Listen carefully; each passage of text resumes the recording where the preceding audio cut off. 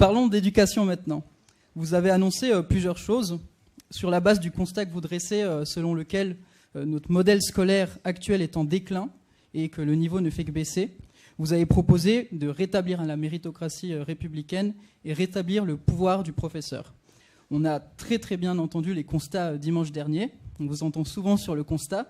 Maintenant, ce qu'on veut savoir, c'est comment vous mettez ça en pratique concrètement.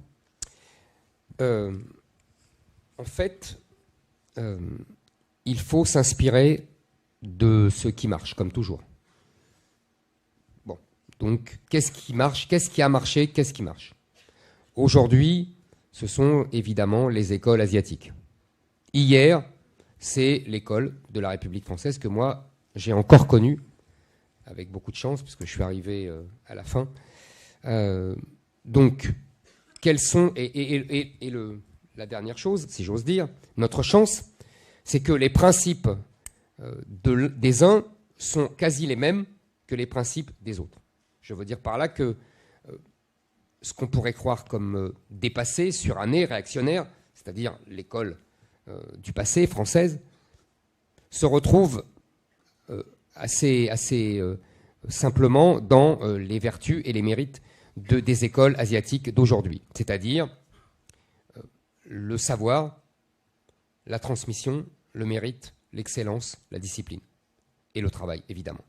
Et très concrètement, du coup... Très concrètement, dans le primaire, remettre les fondamentaux, c'est-à-dire lire, écrire, compter, avec méthode syllabique, dictée, etc. Enfin, l'école que moi j'ai connue dans le primaire et que de nombreuses écoles privées utilisent aujourd'hui. Je fais une parenthèse, le succès de l'école privée aujourd'hui, c'est qu'elle applique les méthodes de l'école publique d'hier. Il ne faut pas chercher midi à 14h. Vous faites comment? Vous créez un nouveau programme scolaire? Vous contraignez certains... Bien sûr. Et sur le collège, alors le collège... Le collège, on supprime le collège unique. Je pense que c'est la mère de toutes les batailles. Le crime initial, le péché originel, c'est le collège unique. Réforme de 75 de la loi Abi, sous Valéry Giscard d'Estaing, qui a en fait, qu'est-ce qu'on a fait? On a mis des élèves de tout niveau dans une même classe. J'ai retrouvé d'ailleurs, pour préparer cette campagne et pour préparer ce thème de façon plus privilégiée, j'ai retrouvé deux choses. Une enquête que j'avais écrite, j'avais dans mon livre, le livre Nord de la droite, oui c'est ça, j'avais interviewé le dernier conseiller éducation du général de Gaulle, qui s'appelait M. Narbonne, et j'ai lu des textes sur des déclarations de René Haby à l'époque. Et en fait, c'est assez extraordinaire parce que tout est dit, c'est-à-dire que les gens ont bien conscience de ça. Jacques Narbonne, je me souviens très bien, je l'avais interviewé quand j'étais jeune journaliste, c'était déjà un vieux monsieur évidemment, il était conseiller du général de Gaulle, et il m'avait très bien expliqué que le général de Gaulle avait très bien compris que dès les années 60, que la massification de l'éducation risquait d'entraîner un effondrement du niveau à la manière américaine. Et que le général de Gaulle avait tout fait pour éviter cela, et qu'il avait échoué. Deuxième chose, on voit dans les déclarations de René Haby en 1975, qui était donc ministre de l'Éducation nationale à l'époque, et qui est très conscient que ça va provoquer une baisse de niveau, mais qui dit, c'est pas grave, les bons élèves apprendront humainement des mauvais, ou des plus faibles, et les plus faibles apprendront, progresseront grâce aux plus forts. En vérité, ça a été ni l'un ni l'autre, ça a été une catastrophe. En fait, le collège unique est une catastrophe, et donc il faut remettre les classes de niveau. Il faut remettre un certificat d'études pour rentrer en sixième. Aujourd'hui, on a, je crois, un tiers des enfants qui rentrent en sixième sans savoir lire. On a des chiffres absolument hallucinants. On a fait des exercices de ce qu'ils appellent la fluence, c'est-à-dire qu'ils lisent facilement. Et on a seulement un peu plus de la moitié des élèves de sixième qui lisent aisément. Ça monte à 65 ou 68% dans les beaux quartiers, et ça tombe à 35% dans les quartiers prioritaires, etc. Et sur le bac, vous visez... Alors attendez, sur le bac, donc d'abord, casser non, parce qu'il faut remonter le temps. Oui, c'est important. Après, le collège unique, donc retrouver les classes de niveau, retrouver dès la 5e et la 4e, qu'on oriente progressivement les jeunes, qu'on leur fasse découvrir les métiers, l'apprentissage, etc. Parce qu'on a, si vous voulez, on fait monter des générations entières dans l'enseignement général, alors que beaucoup ne sont pas spécialement doués pour ça, et on gâche leur talent qui pourrait s'exprimer bien autrement. Donc il faut orienter dès 14 ans, il faut orienter vers quitte évidemment après à faire des passerelles pour ceux qui voudraient revenir dans l'enseignement général. Puis en seconde, il faut remettre, d'après moi, les filières classiques, c'est-à-dire littéraires, scientifiques et économiques. Et 3, le bac. On a bien compris aujourd'hui, et vous en êtes le produit, il faut avoir tué son père et sa mère pour ne pas avoir le bac. Et encore, je pense que l'enfant aurait des excuses. Vous visez quel taux de réussite au bac, par exemple?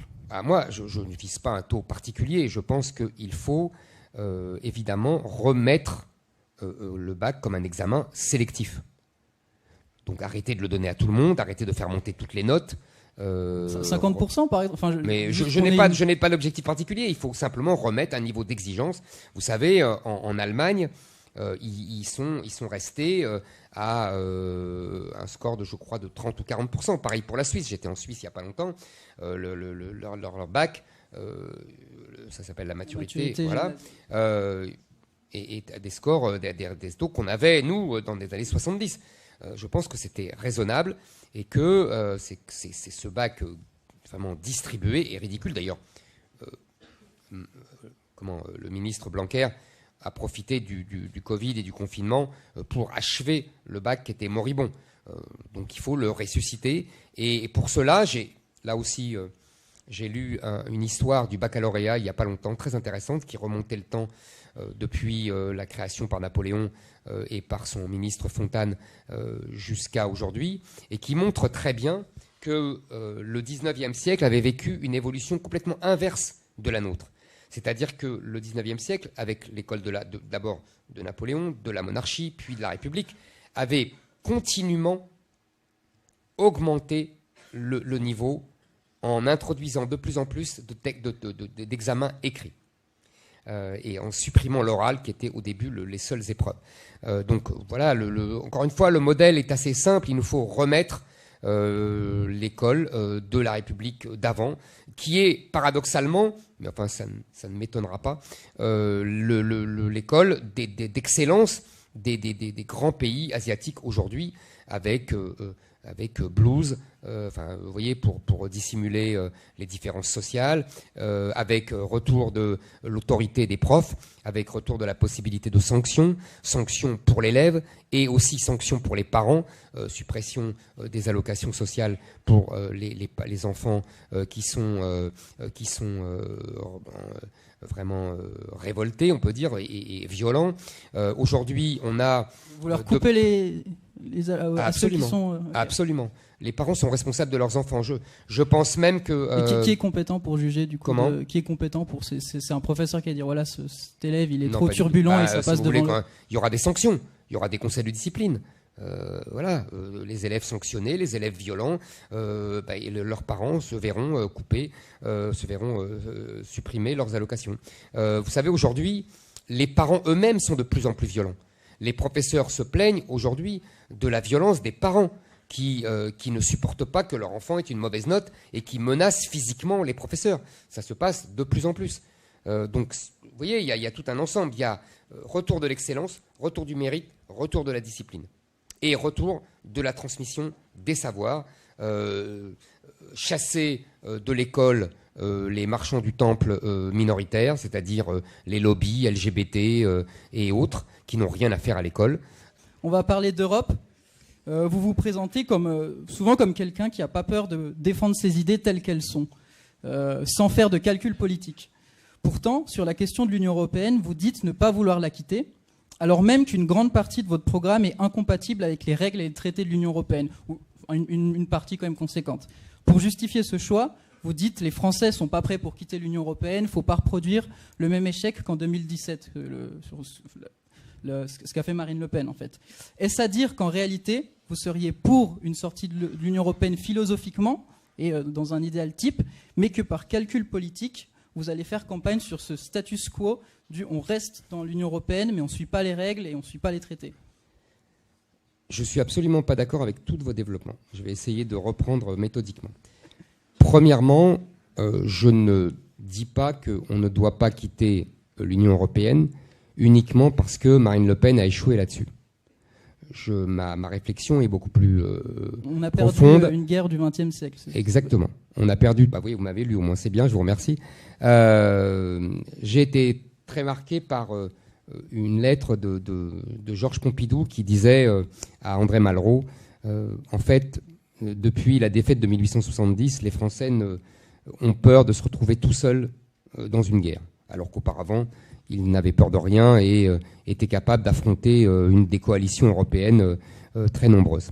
Donc ça, deuxièmement, nous sommes un pays du continent. Nous ne sommes pas une île comme l'Angleterre. Troisièmement, nous sommes un des pays fondateurs de l'Union européenne. Donc, si vous voulez, je pense que c'est au-delà du calcul politique. On peut parler de calcul historique, si vous voulez. Mais en tout cas, c'est ça la profondeur. Bon. Deuxièmement, et je vous reprendrai encore là-dessus, mon programme n'est pas contraire aux lois européennes. Simplement, je dis qu'il y a des choses qui relèvent de la survie de la nation et que quand la survie de la nation est en jeu, elle doit primer sur toutes les règles juridiques qui peuvent enserrer l'Union européenne. Vous savez, vous êtes en dehors des règles, du coup. Non, mais attendez, je suis en dehors des règles pour l'immigration. Et par exemple, pour les barrières pour protectionnistes. l'industrie. Comment ? Oui, pour l'industrie aussi. Oui, mais attendez. Oui, mais vous savez, les règles européennes, tout le monde s'assoit dessus. Quand il y a eu le Covid, on s'est assis sur les règles budgétaires de Maastricht. La France n'a jamais respecté, ou quasiment jamais, les règles budgétaires de Maastricht. La BCE s'est elle-même affranchie des règles qui avaient fondé sa création. Donc, si vous voulez, je n'ai pas de scrupule à m'affranchir de règles quand j'estime que la survie de la nation est en cause. Les partisans les plus farouches de l'Europe font de même quand ils estiment que... Et deuxièmement, la Commission européenne elle-même s'affranchit de toutes les règles quand il s'agit d'étendre son pouvoir. Elle n'avait aucune compétence sur la santé. Et ça ne l'a pas empêché de se mêler de tout avec les vaccins, etc. En plus, elle a eu une réussite absolument lamentable, mais ça ne l'a pas empêché du tout. Alors que la santé n'est pas dans les compétences de la Commission. La Commission n'a pas à faire la leçon de morale aux Hongrois parce que sur la façon de gérer leurs universités ou de traiter George Soros, etc. Vous voyez, donc personne ne respecte ces règles. Donc il faut arrêter avec les règles comme si c'était des règles descendues du mont Sinaï et qui avaient été données par Dieu à Moïse. Donc l'Union européenne n'est pas un État fédéral. Je vous le répète, je vous le rappelle. Il n'y a pas de démocratie en dehors des nations. Même le tribunal de Karlsruhe le rappelle sans cesse. Il n'y a pas de peuple européen. Donc, en vérité, il n'y a pas, si vous voulez, de règles sacro-saintes. Donc, il faut d'abord, dernière chose, il y a eu la polémique là sur l'histoire des Polonais qui ont estimé que leur ordre constitutionnel était supérieur à l'ordre juridique européen. Ils avaient tout à fait raison. Ils ont eu astreinte de 1 million par jour. Ils ne payent pas. Oui, ils ne payent pas, mais par exemple, on leur a gelé pour les aides pour la relance Covid. Mais c'est absolument scandaleux. Ah, mais alors c'est dire que, par exemple, s'il y a ce même conflit avec la France, on ne paye pas non plus. Absolument. Et donc, pourquoi pas quitter l'Union européenne finalement si on joue pas le jeu ? Parce que, vous savez, sans la France, il n'y a plus d'Union européenne. On n'est pas la Pologne ou la Hongrie, nous. Donc, et j'ai beaucoup d'affection et de respect pour la Pologne et la Hongrie. En plus, nous, on a fondé l'Union européenne. Bon. Deuxièmement, on est une puissance nucléaire. Troisièmement, on est contributeur net. Ça change la donne, je vous assure. Donc, il n'y a aucune raison de se coucher devant une commission de gens qui ne sont pas élus et qui n'ont aucune légitimité que celle que donnent les nations. La démocratie, ce sont les nations.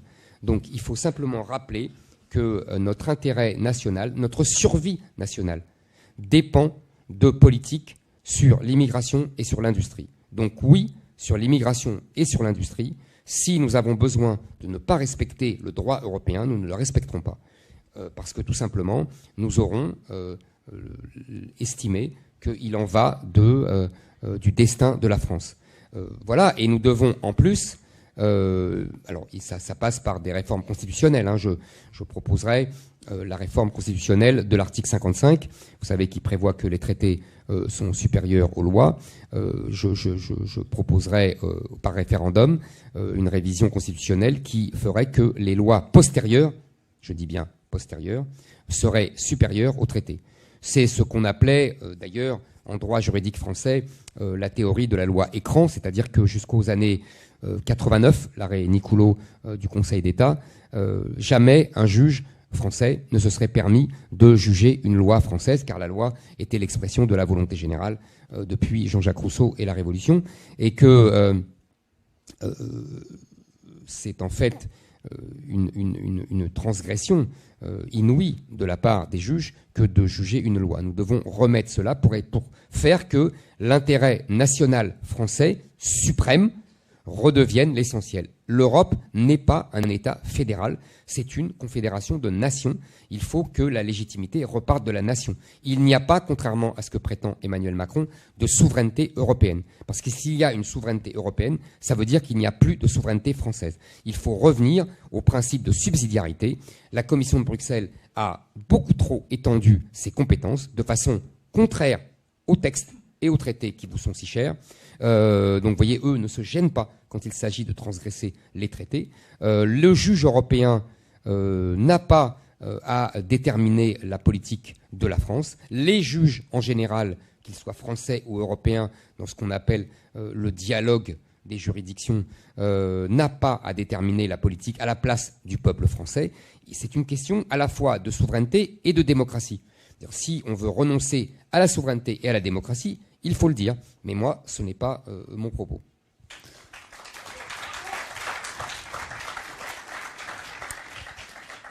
On va passer sur le sujet des inégalités sociales et économiques. Parmi vos soutiens, on a appris ce week-end qu'il y avait Jacqueline Moureau, donc ancienne gilet jaune, qui a lancé le mouvement. Absolument.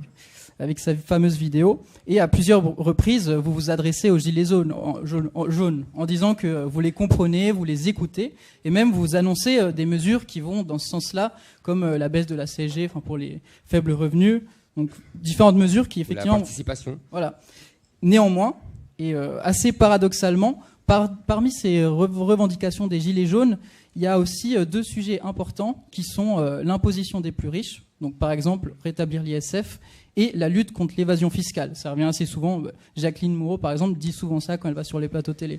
Pourquoi vous n'avez pas annoncé des mesures allant dans ce sens-là ?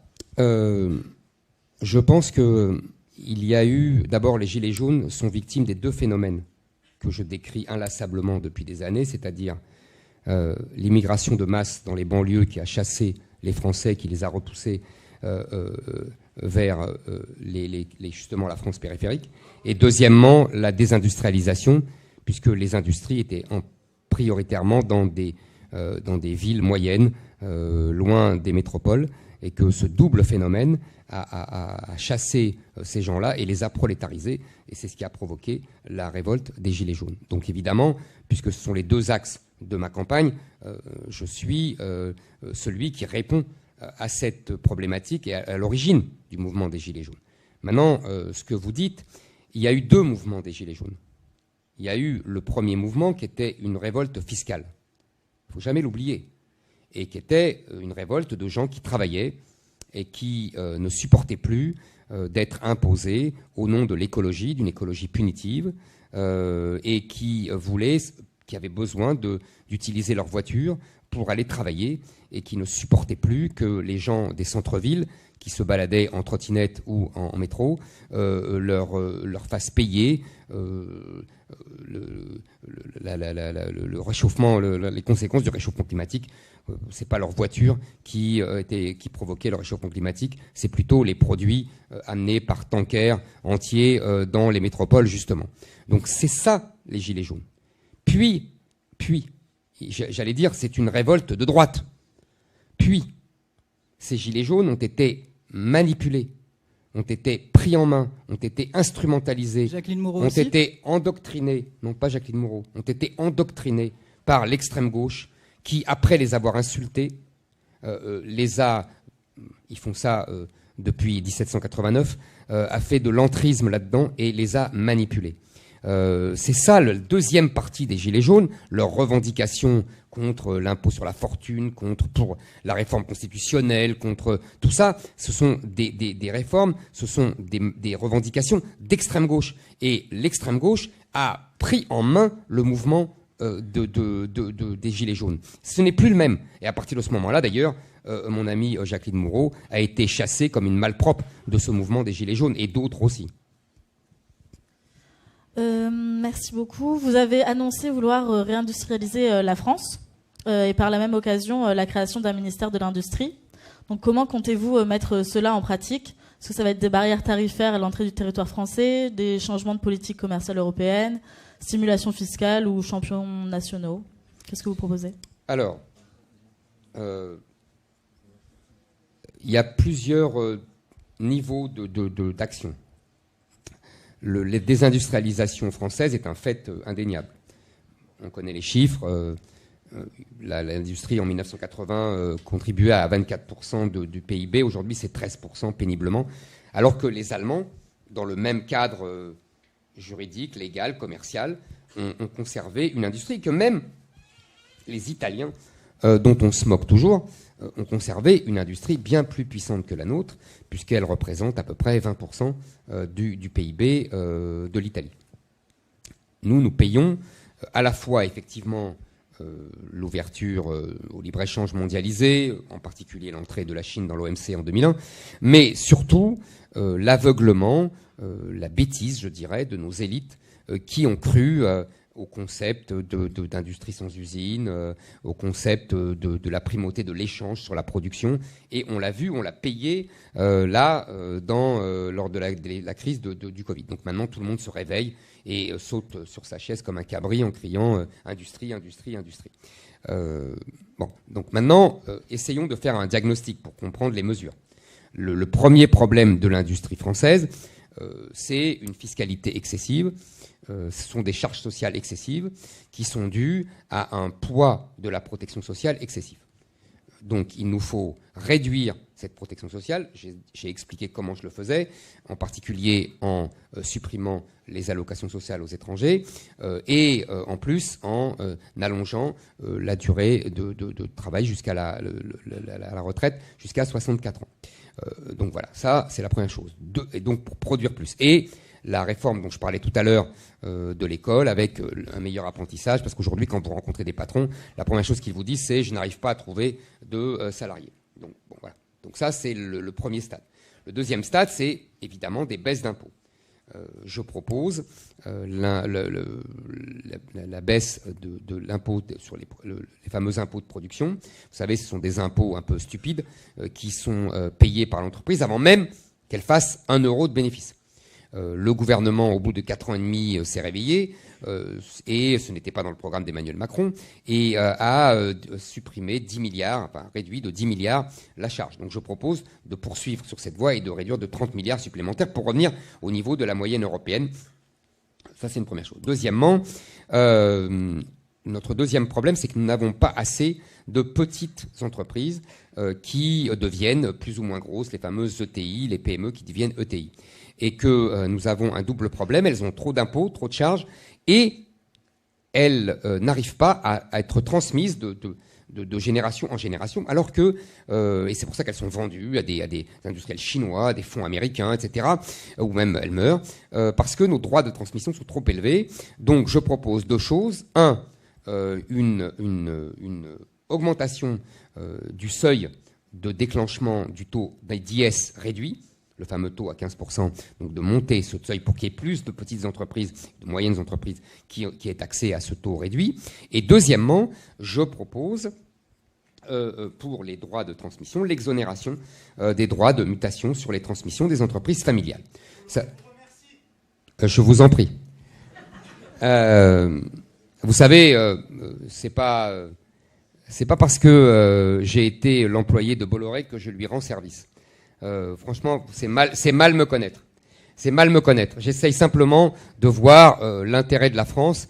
Et vous savez, les grands groupes comme celui de Bolloré ont des armées de fiscalistes pour éviter toute imposition tant qu'ils veulent. C'est pas la PME qui s'en sort aussi bien.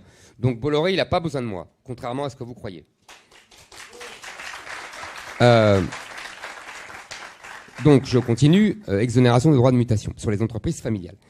Ensuite, je pense il y a un deuxième problème qui devient croissant, ce sont les normes sociales, mais surtout les normes écologiques, environnementales. Nous sommes dans la permanente surtransposition des normes européennes.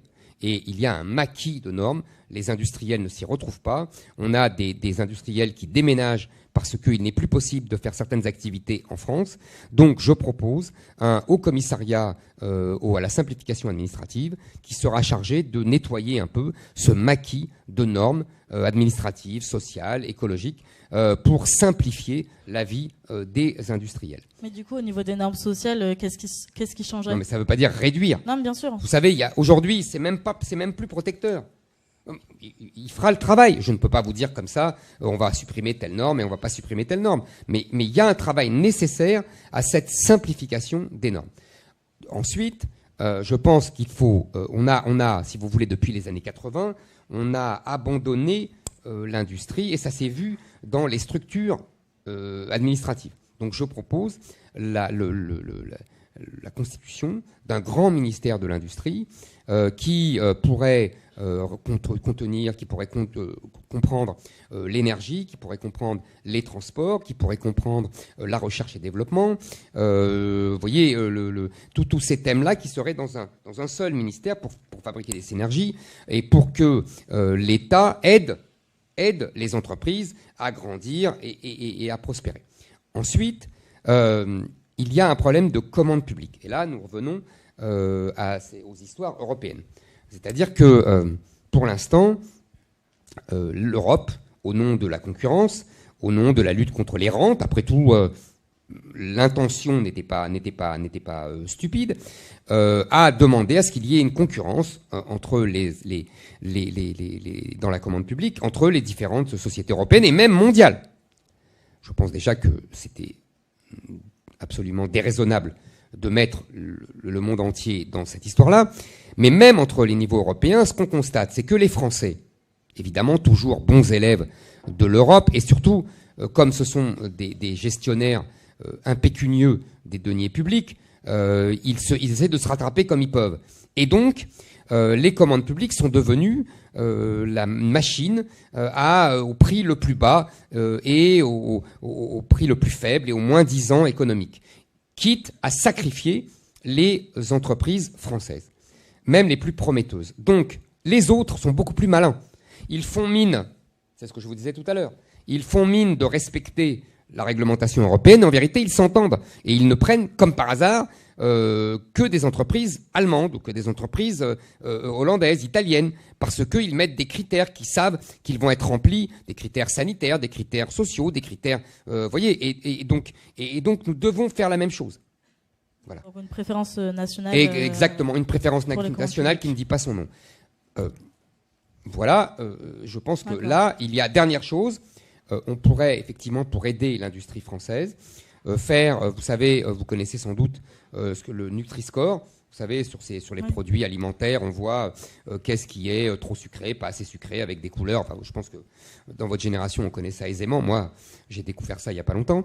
Et on pourrait faire la même chose. On appellerait ça un Patri-Score, avec ce qui est français, fabriqué en France. Et il y aurait une différence de niveau. Parce que tous les sondages prouvent que contrairement, et là, il y a vraiment un basculement culturel très intéressant, c'est-à-dire que pendant des années, les Français ont privilégié les grandes surfaces, le prix le plus bas, etc. Tous les grandes surfaces ont fait leur pub là-dessus. Et aujourd'hui, on voit les sondages, les Français sont entre 50 et 70% sur toutes ces questions-là à dire qu'ils privilégiaient le Made in France, qu'ils étaient prêts à payer même un petit peu plus cher pour avoir du Made in France, parce qu'ils étaient sûrs de la qualité, des normes, du respect des normes sanitaires, environnementales, etc. Donc vous voyez, c'est un ensemble d'actions qu'on peut mener et qui peuvent favoriser enfin une réindustrialisation nécessaire, qui est une des causes, vraiment des piliers de la politique en faveur de ce qu'on a appelé les Gilets jaunes. Merci. Je vous en prie.